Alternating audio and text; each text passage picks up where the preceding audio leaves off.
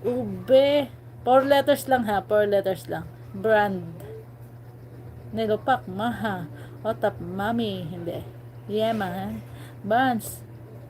Sarap siya partner sa kape guys. Mami. Buko. Zumo. Maha. Brand siya ng isang ano. Yung pang merienda.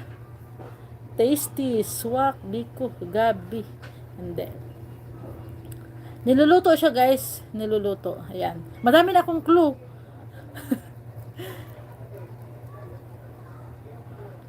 Basta brand siya. Madali lang siya guys. Madali lang siya. Madali. Brand siya. Brand. Brand name. Fita. Oy. May nanalo na. Magpapaluto sana ako nito. Oh. Maya. Mami. Maya.